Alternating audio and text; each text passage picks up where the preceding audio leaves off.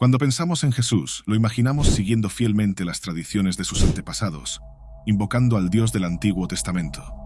Por una cuestión teológica, lo llamaremos Yahweh, en sus oraciones y enseñanzas. Esta es la imagen aceptada mundialmente.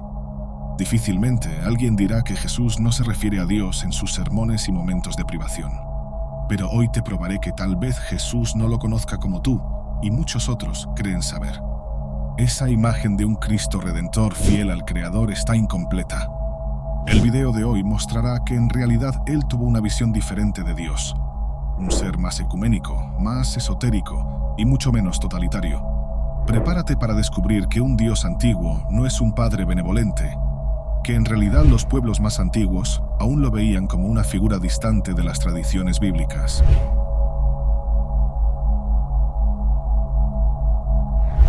Saludos a todos. Si estás interesado en religión, alquimia, cábala, filosofía o la historia del ocultismo, asegúrate de suscribirte aquí a Camino Etéreo. Cada suscripción es un gran apoyo para los videos que hago en mi canal. El nombre del Dios del Antiguo Testamento es hebreo y nace de una construcción silábica simple, las consonantes I, I, A, Ch, W, H. Esta unión fue revelada a Moisés, uno de los grandes profetas bíblicos. Estas consonantes, cuando se unen, representan la totalidad de la naturaleza divina. Se organizan en un tetragrama que, en ausencia de sentido literal, expresan el nombre del Creador. Entonces, cuando decimos Yahweh, solo nos referimos a la pronunciación. Los estudiosos de todo el mundo hasta hoy divergen sobre la forma correcta, mientras que las civilizaciones adaptaron la pronunciación a la gramática vigente, creando ramificaciones en todo el mundo. Estos estudiosos encontraron el tetragrama IAHWH por primera vez en la piedra moabita, donde están registrados los detalles de la victoria de un rey de Israel, Omri, sobre Moab. Este es para el mundo externo el fragmento más antiguo de la historia que rescata detalles del nombre de Dios, el mismo que guía a Moisés, siendo el mismo que está contenido en las primeras páginas de la Biblia Sagrada. Esto hace de IAHWH una figura distinta. Su nombre es mencionado más de 5000 veces. Sabemos que es probable que apareciera aún más veces si la Biblia no hubiera sido escrita en arameo y griego, pues en las traducciones el término hebreo se perdió. En estudios más modernos, el término es una congruencia de una oralidad generacional, donde 4 fuentes principales que atestiguan los eventos de los 5 primeros libros bíblicos confirman la existencia de un Dios cuyo nombre es IAHWH. En descubrimientos en el Mar Muerto, sobre todo de los manuscritos que fueron descubiertos solo en el siglo XX, IAHWH está escrito usando un alfabeto hebreo antiguo, muy parecido al alfabeto fenicio. No es posible deducir cuándo surgió el paleo-hebreo, la estructura gramatical presente en los manuscritos. Históricamente, sabemos que en el momento del exilio, los judíos tuvieron que adaptarse a los fonemas y construcciones gramaticales del alfabeto arameo. Este proceso alteró el alfabeto hebreo, creando una lengua que sirvió como una segunda instancia idiomática. Cuando la Biblia hebrea fue traducida al griego, esto ocurrió en Alejandría. Parte de lo que fue escrito se perdió en la traducción, o fue adaptado, eliminando el sentido que era expresamente hebreo. El proceso de traducción buscó eliminar nuevas construcciones fonéticas y simplificar temas. Cuando esta migración se completó, se llamó Septuaginta. La palabra griega usada para sustituir el tetragrama fue kurios, que significa Señor. Entonces, poco a poco, IAHWH pasó a ser solo Señor o, del hebreo, Adonai, con el mismo significado. Lo importante es que esta palabra se popularizó y poco a poco se mezcló con las tradiciones religiosas que de ella derivaron, buscando una mayor cercanía con el cristianismo. El término no se usa con frecuencia. Este rechazo está vinculado al uso indebido de un nombre fuerte y sagrado pronunciado en vano. El nombre de Dios es algo que debe ser protegido, pero la Biblia, como ya mencioné, lo cita al menos 5000 veces. Esta es una tradición rabínica, histórica y cultural, sin gran referencia en las Escrituras. También es un trabajo de interpretación personal, pues al juzgar que la boca puede llevar al hombre a la ruina, se atribuye a lo que se dice una característica casi diabólica. Pero, mira, si analizamos de cerca, IAHWH aparece sin las alteraciones de los masoretas, conocidos por añadir vocales a la palabra. En algunos casos, el tetragrama aparece solo con una vocal, con 2 y con diferentes composiciones de consonantes. Esto indica que el nombre atribuido a Dios era algo más pronunciable y hasta espiritual que ortográficamente organizado. En otros momentos, el tetragrama se usa para evitar repeticiones de términos. Entonces la sugerencia fue aplicar otras dos palabras, Adonai, que ya aprendimos aquí antes, y Elohim. Podríamos pasar horas aquí hablando del diálogo entre Moisés y Yahshua, principalmente porque el profeta pregunta su nombre y él le responde con una respuesta totalizadora, una oda a la perfección y al ciclo eterno de la creación. Pero creo que llegamos exactamente al punto más importante, un punto de ruptura. Los primeros cristianos, al traducir el término griego kurios, mantuvieron la traducción clásica de Señor, Adonai y Elohim, eliminando de la segunda parte de la narrativa el tetragrama. Lo que nos lleva al gran protagonista de esta nueva fase, un Mesías esperado por el pueblo de Yahweh, pero que quizás no se refirió a Yahweh. Todo lo que diré ahora es especulación, pero con gran esfuerzo histórico y fuente de varios estudios, algunos están siendo conducidos hoy en día. Representan un esfuerzo más moderno para entender quién era Dios y sobre cuál Dios Cristo se refería. Jesús es una figura central en la historia humana, y su comprensión del divino y su papel como mensajero de la fe han sido objeto de estudio durante siglos. Reconocer al Dios de Jesús es reconocer su papel en el propio orden cósmico y su posición en la Trinidad. Estamos entrando en los capítulos del Nuevo Testamento y haremos un análisis lingüístico, dejando de lado brevemente la gramática hebrea y analizando la aramea. Cuando Jesús se refería a Dios, no hablaba de un teos distante e inalcanzable, sino de un Abba, una palabra aramea que significa padre en un sentido íntimo y familiar. Esta elección de palabras refleja la proximidad que Jesús sentía con el Creador, rompiendo con la idea de un Dios inaccesible e inalcanzable. Es esta relación que Jesús ofrece a sus seguidores, una relación de confianza, donde lo divino es al mismo tiempo omnipotente y cercano. Pero antes de analizar profundamente el concepto de Abba, necesitamos entender cómo las tradiciones judías moldearon esta visión. La historia del pueblo judío, con sus leyes, profetas y prácticas ritualísticas, influyó fuertemente en la manera como Jesús entendía a Dios y su misión en la tierra. Él no vino para abolir la ley, como él mismo afirmó, sino para cumplirla de una manera que superaba el entendimiento literalista de su época. Jesús no estaba rompiendo con las tradiciones judías, las estaba reinterpretando de una manera que traía nueva luz a su relación con el Padre Celestial. De cierta manera, piensa en los hombres que Yahweh erigió en Israel, de los reyes que construyeron monumentos sagrados en nombre de la conexión con lo divino. Jesús no surge para iniciar una etapa que altera esa tradición, pero su relación con Abba es diferente. No es la subordinación de Kurios, y mucho menos la relación distante de Yahweh. Y aún así, por más que Jesús fuera un hombre intelectualmente superior capaz de proveer nuevas interpretaciones e indicar un nuevo camino, él todavía se adecuaba a las tradiciones helenísticas y judías.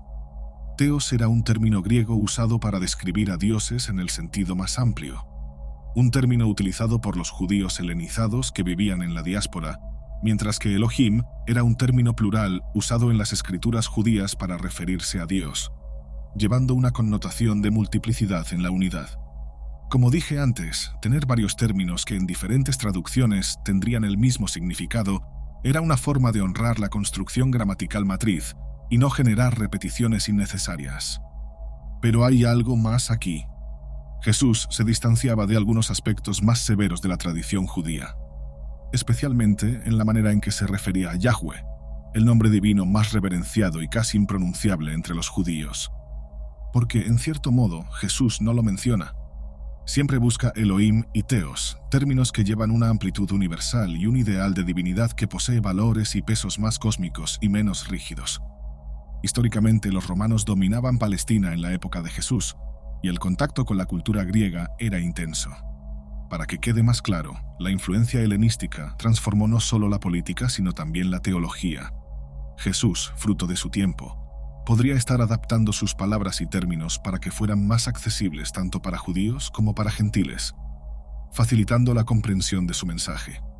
Este es un posible camino, aún más cuando entendemos que el Mesías sabía que tenía una misión evangelizadora para todas las naciones de la tierra. Sin mencionar que era más fácil sintetizar la figura de Yahweh como un padre, facilitando la comprensión de pueblos distantes.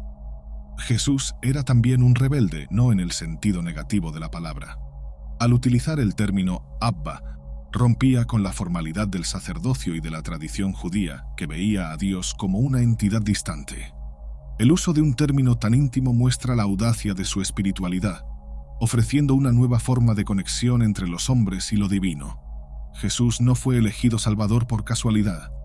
También, obviamente, su elección no fue una elección, sino una imposición, considerando que nació para el oficio. Pero es particularmente curioso que Yahweh haya elegido a un hombre engendrado por una mujer, que sentía como los hombres sienten, para llevar su nombre adelante. Es como si Yahweh entendiera que los hombres solo confían en lo terrenal, basándose en la empatía que sentimos ante semejantes. Jesús sería de esa forma un salvador que se salva a sí mismo en el proceso, pues comprende que el pecado por el cual muere es el mismo pecado que nació con él. De manera simbólica, también inaugura a un nuevo Dios más dispuesto a amar. Pero espera. Conforme la historia avanzaba, esa relación íntima con Abba transformó la espiritualidad de los primeros seguidores de Jesús, quienes a su vez dieron continuidad a la misión de reinterpretar la divinidad en un contexto que ya no se restringía a las tradiciones judías. ¿Pero entonces existen dos dioses o solo uno que cambió? Podríamos preguntar a Jesús, pero con seguridad no respondería a algo que fácilmente entenderíamos. Y tal vez esa sea la mejor respuesta, porque estamos lidiando con algo complejo y antiguo que nunca fue completamente explicado. Cuando hablamos de la manera en que Jesús se refería a Dios, encontramos una variada gama de significados en los términos utilizados por él. Elohim y Tíos son términos cargados de historia, teología y filosofía, y cada uno de ellos refleja una parte diferente de la relación de Jesús con lo divino. Pero antes de explicar por qué Jesús eligió Elohim en algunos momentos, una breve y provocadora información. Yahweh realmente cambió entre los libros de las narrativas bíblicas. De manera muy simplista, el primero era más rígido y estaba determinado a proyectar a su pueblo como una nación con identidad propia, heredera de las grandes civilizaciones que florecerían allí. Este Dios castiga de manera severa, pero eso nunca es necesariamente malvado. Siempre ofrece dos opciones y permite que, a través de la libertad que poseemos, podamos decidir qué decisión tomar. Pero hay un detalle: cada decisión genera una consecuencia. Lot tenía una esposa, esto se narra en el Génesis, y la esposa de Lot falló en escuchar las instrucciones de los ángeles enviados por Dios para informarles sobre la destrucción de Sodoma y Gomorra. Solo necesitaba no mirar atrás mientras la ciudad ardía en llamas. No lo hizo, y al mirar fue transformada en una estatua de sal. Entonces, la Biblia lo coloca como un Dios que, antes que nada, exige obediencia. Y obviamente, eso está ligado a Abba, la figura paterna a quien Jesús se refiere en el Nuevo Testamento. Pero cuando este nuevo libro es escrito, más específicamente en el periodo que comprende, Dios y su pueblo pasaron por largas transformaciones que probaron la gracia divina y humana. Jesús nace del amor de Dios por la humanidad en un retorno a la esencia de Adán. Pero entonces, ¿por qué Jesús escogió Elohim y no Yahweh? Elohim no solo se usa en el segundo libro, de hecho, está presente en todo el Antiguo Testamento, porque es un término plural que, a pesar de significar Dios, lleva la idea de multiplicidad y poder colectivo. Este término fue ampliamente utilizado por los autores de los textos bíblicos hebreos, especialmente en el relato de la creación en el Génesis. Lejos de ser genérico, pero aún así menos complejo que Yahweh. Cuando Jesús hablaba de Elohim, se conectaba directamente con las antiguas tradiciones del judaísmo, colocándose dentro de esa línea de pensamiento y reforzando su autoridad como profeta y maestro de las Escrituras. Por otro lado, la ausencia de Yahweh en las palabras de Jesús no pasa desapercibida. Yahweh, el nombre más sagrado y venerado entre los judíos, era pronunciado solo por los sumos sacerdotes en el Templo de Jerusalén y solo una vez al año en el Yom Kippur. Cuando dije que el término era impronunciable por un malentendido, me refería justamente al hecho de que, aunque era sagrado y pocos lo mencionaban, existían aquellos que podían hacerlo, lo que contradice la idea de una palabra que nunca se cita. Pero aún así, podemos suponer que Jesús, siendo criatura de su medio, solo estaba reflejando una construcción cultural latente. O, como ya exploré brevemente, podría estar buscando un carácter íntimo y universal para imprimir en su mensaje. Al alejarse del uso de Yahweh, Jesús podría estar señalando una ruptura con el exclusivismo ritual del judaísmo de la época. Elohim y Teos, a diferencia de Yahweh, son términos más accesibles. Basta con recordar que la misión de Jesús era hablar a los pueblos del mundo y no restringirse a los judíos. Incluso tradiciones y más tradiciones religiosas explicaron que, en el proceso de resurrección, Jesús cruzó continentes esparciendo el Evangelio y refiriéndose a Yahweh como Señor, Elohim y Teos.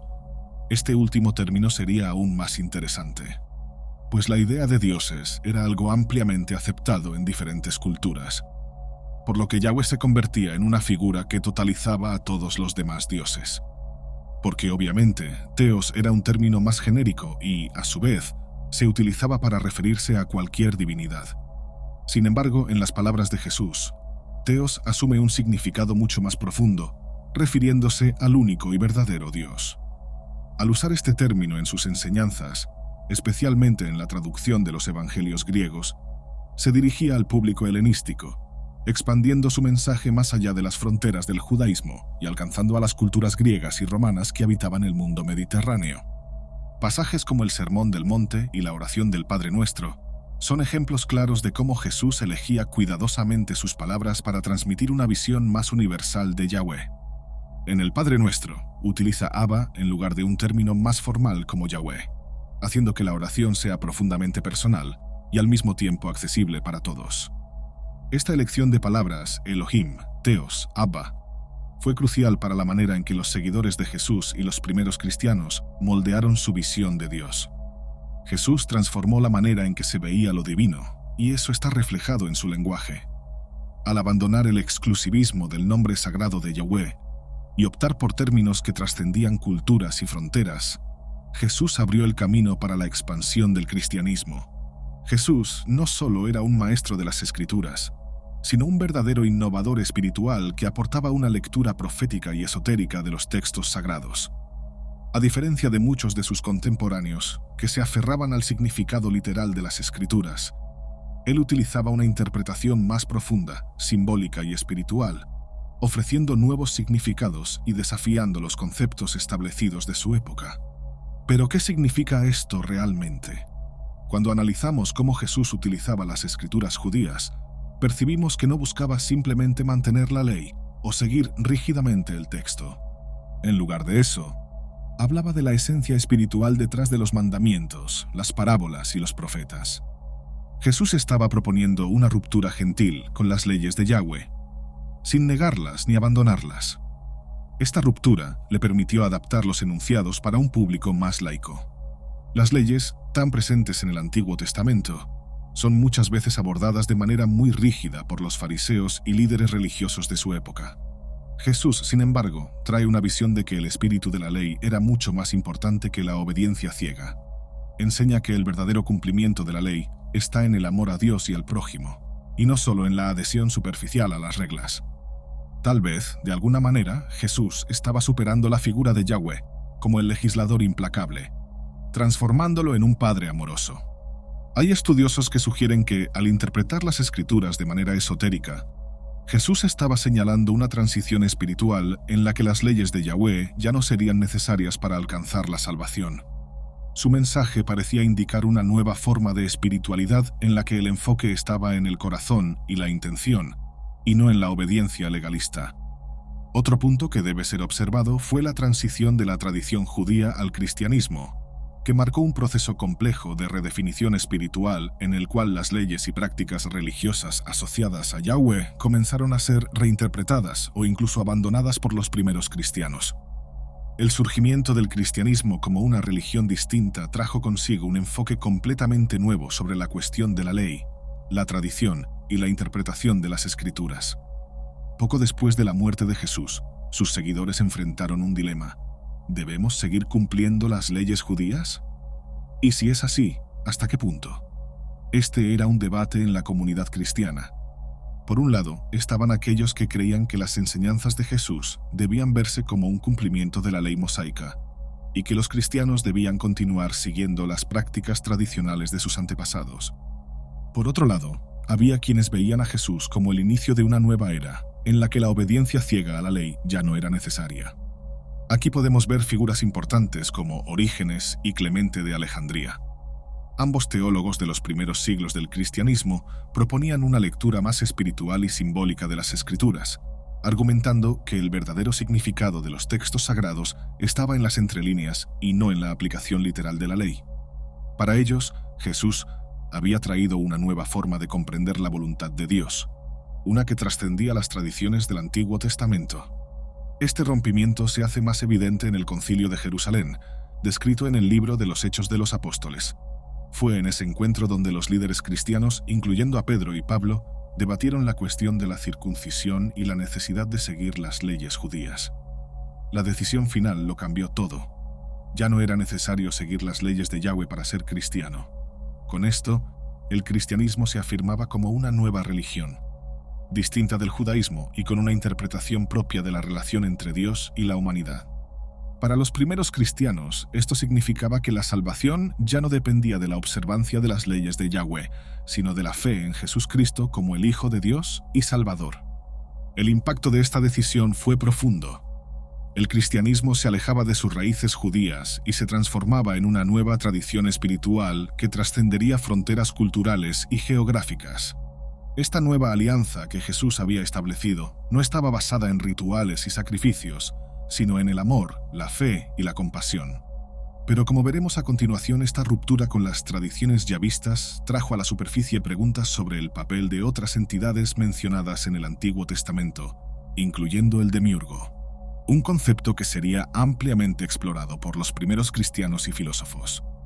La transición espiritual iniciada por Jesús y continuada por los primeros cristianos no solo involucraba la reinterpretación de las leyes y tradiciones de Yahweh, sino que también planteaba cuestiones más profundas sobre la naturaleza de Dios y el universo. Uno de los conceptos más complejos y controvertidos que surgieron de esta reflexión fue el demiurgo, una figura que sería central en el pensamiento gnóstico y en algunas corrientes filosóficas antiguas. Mientras que Yahweh era dejado de lado por una cuestión propagandista, el demiurgo pasó a asociarse con el propio Dios del firmamento. Dentro del gnosticismo, representa al creador imperfecto, responsable del mundo material y sus limitaciones. Esta idea surge de la concepción dualista que separa el mundo espiritual perfecto, eterno y divino, del mundo material visto como corrupto y defectuoso. Esta concepción es platónica, y como ya hemos visto otras veces, el gnosticismo está fuertemente influenciado por Platón, tanto que algunos de los hallazgos más antiguos, entre ellos manuscritos en Egipto, fueron encontrados con copias de dos de sus obras. Estas tradiciones creían que el Dios del Antiguo Testamento no era el verdadero Dios supremo, sino el demiurgo, una entidad que creó el mundo físico, pero que no poseía la pureza y bondad del verdadero creador. Este concepto desafía directamente la interpretación tradicional de figuras como Yahweh y Elohim, sugiriendo que el Dios responsable de la creación del mundo material no era la fuente suprema de toda bondad, sino una entidad menor que creó un mundo lleno de imperfecciones. Si el demiurgo era el creador del mundo físico, entonces tal vez la creación misma sea una prisión, y el verdadero Dios reside en un plano superior, accesible solo a través del conocimiento espiritual, la gnosis. Pero echemos un vistazo más de cerca. El término demiurgo proviene del griego demiurgos, que significa artesano o trabajador. En el pensamiento platónico, el demiurgo era el responsable de moldear el universo físico a partir de una materia preexistente, imperfecta por naturaleza. Platón, en su diálogo Timeo, describe al demiurgo como una entidad benevolente que creó el mundo conforme al modelo de las formas perfectas. Sin embargo, en el pensamiento gnóstico, esta figura asumió un carácter negativo. El demiurgo era visto como ciego y arrogante, convencido de que era el verdadero Dios, pero en realidad era responsable de una creación imperfecta y material. No es completamente malvado, pero es completamente ignorante. Para algunos de los primeros cristianos, especialmente los influenciados por el gnosticismo, demiurgo, Elohim y Yahweh son la misma entidad. Elohim, que aparece en los relatos de la creación, sería el creador del mundo material, pero no el verdadero Dios espiritual al que Jesús hacía referencia. Jesús entonces sería el portador del conocimiento que liberaría a la humanidad de las garras del demiurgo, revelando el verdadero camino hacia el reino espiritual. El Evangelio de Tomás, un texto gnóstico encontrado en Nag Hammadi, es un ejemplo claro de esta tradición. En él, Jesús habla de manera enigmática y esotérica, ofreciendo a sus discípulos enseñanzas que apuntan a un camino de liberación del mundo material y del control del Dios del Antiguo Testamento. Además, en el pensamiento gnóstico, el concepto de Elohim como una entidad plural también gana nuevas interpretaciones. Elohim en plural puede verse como una referencia a una colección de seres poderosos, ángeles, arquetipos cósmicos que participan en la creación del universo material, pero que no son el verdadero Dios supremo que Jesús revela. Esto refleja la idea de que el mundo material está gobernado por fuerzas menores, mientras que el verdadero Dios permanece oculto, aguardando ser descubierto a través de la gnosis.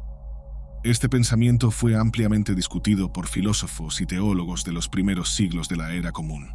Orígenes, por ejemplo, se oponía a algunas de estas ideas, pero él mismo reconocía que el entendimiento literal de las Escrituras necesitaba ser superado por una lectura más profunda y espiritual.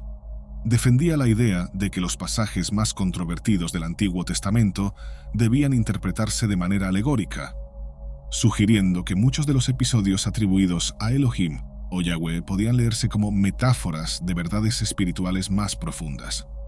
Otras figuras importantes como Valentín, uno de los mayores pensadores gnósticos, proponían que el mundo material fue creado por un ser inferior, una emanación imperfecta del verdadero Dios.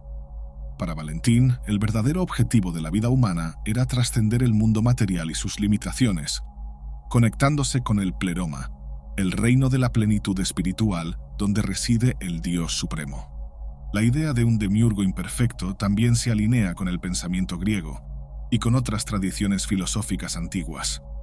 En la filosofía de Platón, el mundo físico es solo una sombra de las formas perfectas que existen en un plano superior.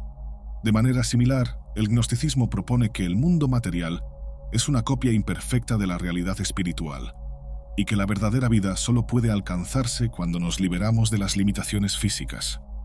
Tal vez la mejor manera de avanzar ahora es continuar dentro de la filosofía platónica, ya que abordaré el concepto de un universo holográfico.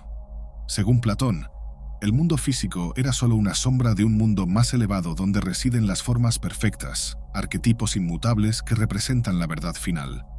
De manera similar, la teoría del universo holográfico, popularizada en tiempos modernos, sugiere que todo lo que vemos es una proyección de una realidad mucho más compleja y oculta. ¿Pero qué tiene que ver esto con Jesús y su mensaje? Si consideramos las enseñanzas de Jesús a la luz de estas filosofías, veremos que él estaba constantemente apuntando hacia una realidad superior más allá del mundo físico. Cuando Jesús dice, «El reino de los cielos está dentro de vosotros», no está hablando de un lugar físico, sino de un estado de conciencia y de conexión con lo divino que trasciende el plano material. Esta es una idea muy similar a la de Platón, quien argumentaba que el mundo de las formas eternas solo puede ser accedido por el alma a través del pensamiento filosófico y la meditación espiritual. La teoría del universo holográfico propone que el mundo que percibimos es una proyección tridimensional de una realidad que en su esencia es bidimensional.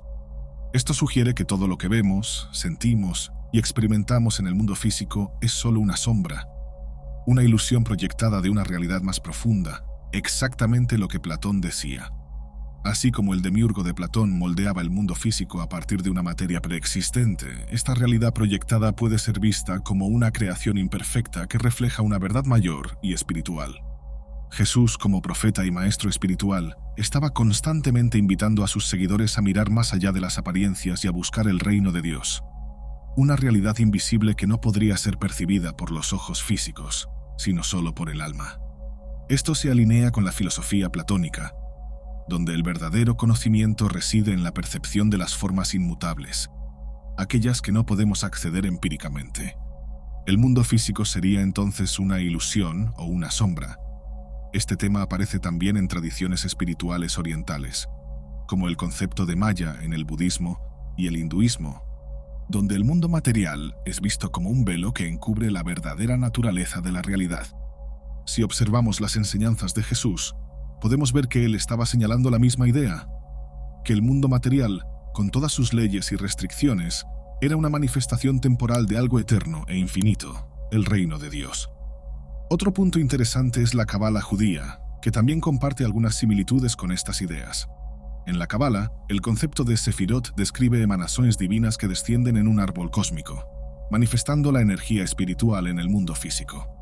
Así como Platón hablaba de las formas y de la proyección del mundo material, la Cábala describe la creación del universo físico como un reflejo de una realidad espiritual superior, siendo el mundo material solo una emanación temporal de la luz divina. Pero aquí vale una explicación interesante. La Cábala clásica no ve a Dios en términos totalitarios. Él nunca podría parecerse a lo que encontramos en la Biblia, tanto en el Viejo como en el Nuevo Testamento. Dios aquí es una emanación que, por ausencia de intuición e intención, simplemente es y nada más. Este árbol de la vida, donde estas emanaciones operan dentro de los límites intelectuales y espirituales, demuestra jerárquicamente las relaciones de dependencia del hombre con lo divino y nuestra eterna búsqueda por la cima. Aún así, Jesús apuntaba a algo muy similar. No veía el mundo material como el fin en sí mismo, sino como un medio para acceder a lo espiritual. Cuando enseña a orar, hágase tu voluntad, así en la tierra como en el cielo, está reconociendo la existencia de dos reinos, el reino material y el reino espiritual, y sugiere que el objetivo final es alinear lo material con lo espiritual para que la realidad divina pueda manifestarse.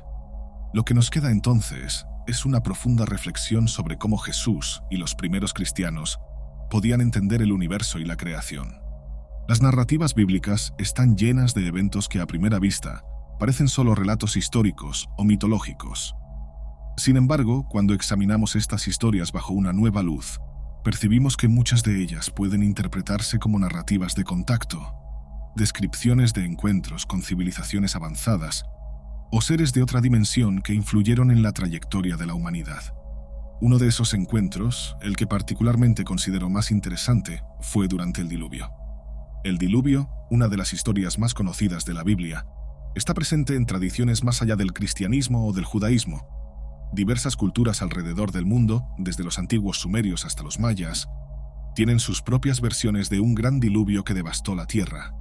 En la épica de Gilgamesh, por ejemplo, el héroe Utnapishtim es advertido por un dios sobre un diluvio inminente y es instruido para construir un arca para salvar a la humanidad.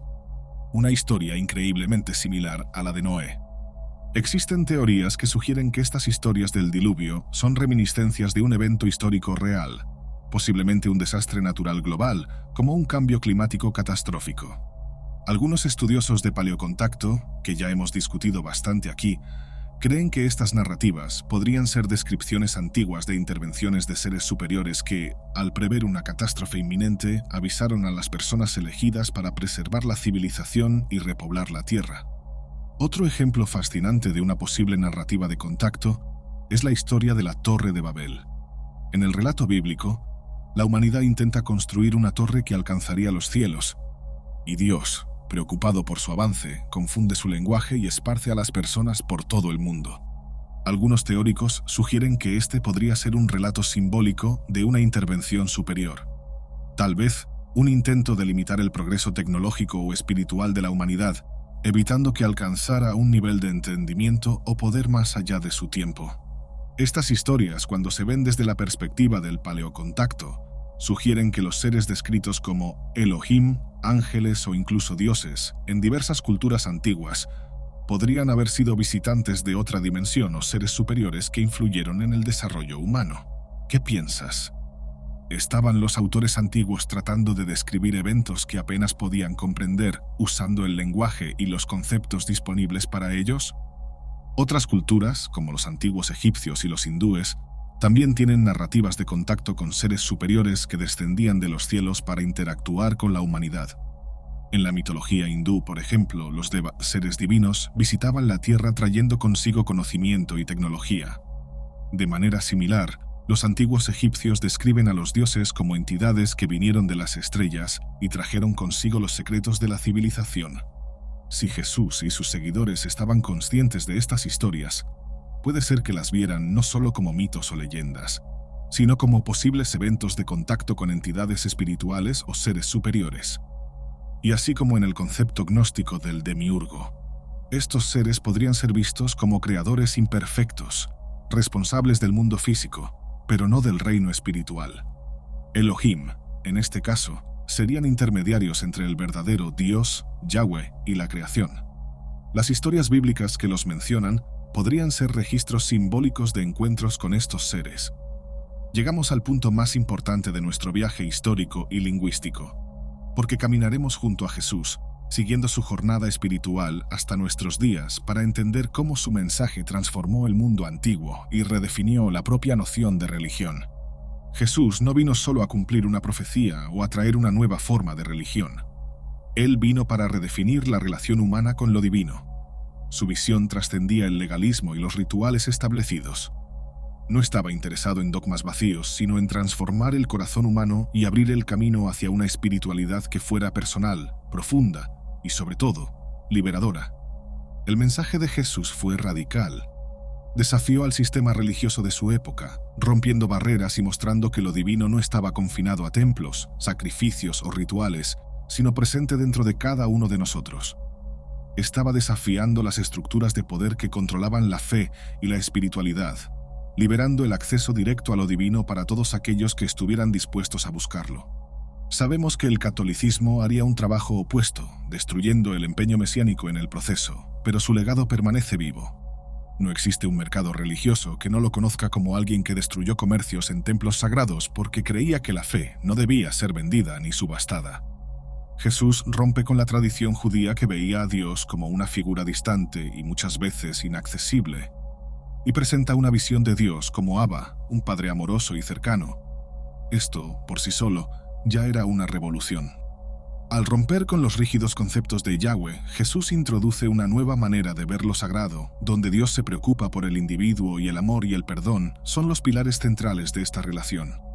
Esta nueva espiritualidad ya no dependía de seguir leyes externas o participar en sacrificios ritualísticos, sino de una transformación interna, una reconexión con la fuente de vida y con la esencia de lo divino dentro de cada ser humano. Esa era la jornada espiritual que Jesús proponía. Una jornada que nos llevaría más allá de las limitaciones del mundo físico y de las leyes religiosas hacia un estado de unión directa con lo divino. Entiende lo siguiente: antes del Mesías, la religión era en gran parte institucional, con sacerdotes que controlaban el acceso a lo divino y a la salvación. Él nació para cambiar eso y decir que cada persona tiene el poder de conectarse directamente con el Creador sin intermediarios. Su mensaje era de empoderamiento espiritual, de que cada uno de nosotros tiene dentro de sí la capacidad de alcanzar lo divino. Los primeros cristianos, como discutimos anteriormente, tomaron este mensaje y comenzaron a reinterpretar las escrituras y las leyes de Yahweh, buscando crear una nueva religión que reflejara la espiritualidad de Jesús. Y ciertamente este nuevo pensamiento, subvirtiendo las alegorías del pasado, ayudó a influenciar una nueva espiritualidad y un vínculo con Dios que era personal. Entonces, no estoy hablando solo de una nueva religión. Se trataba de una nueva forma de existir, de pensar y de conectarse con lo divino. Jesús era un liberador, por falta de un término más concreto. Mientras estuvo en la tierra y caminó junto a nosotros, Jesús también trajo una nueva comprensión de la naturaleza humana. Mostró que el ser humano no es solo un ser físico gobernado por leyes materiales, sino un ser espiritual con un propósito mayor. A través de sus enseñanzas, reveló que el sufrimiento y la muerte no eran el fin, sino parte de un proceso mayor de transformación y ascensión espiritual. La cruz, que representaba muerte y derrota para los romanos, fue transformada por Jesús en un símbolo de renacimiento y victoria espiritual. Su resurrección desafió el entendimiento materialista de la vida, abriendo puertas para la comprensión de que la verdadera vida trasciende el cuerpo físico y habita en las esferas espirituales. ¿Entiendes realmente la profundidad del mensaje de Jesús? Porque muchos creen que lo entienden, pero tal vez necesitan revisar el video. El sentido gramatical de una palabra no es más importante que el sentido espiritual de la palabra. Las personas viven sus espiritualidades de maneras distintas. Algunas ni siquiera creen en Yahweh, pero todos creen en algo, un ser que trasciende el cuerpo. Todos creen en Abba, Elohim o Yahweh.